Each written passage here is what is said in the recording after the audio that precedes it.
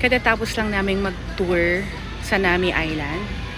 And since meron na lang kaming 1 hour, nag-decide kaming pumunta na dito sa Coffee and Terrace, dito sa Seoul. And kumain na rin kami kanina, so explore natin tong Cafe Anne.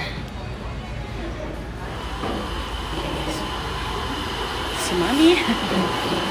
And charge kami, so dito kami umupo. Hi. And then, nakakatuwa yung bear dito.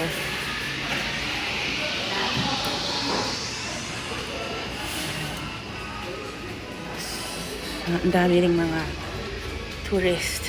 So, dahil mainit, kumuha na lang kami ng iced coffee so we can enjoy the view. Ang cute-cute nila.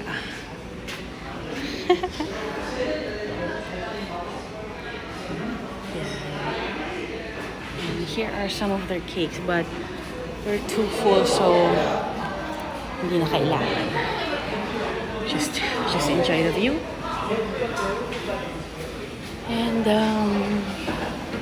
while paalis yung sa Nami Island.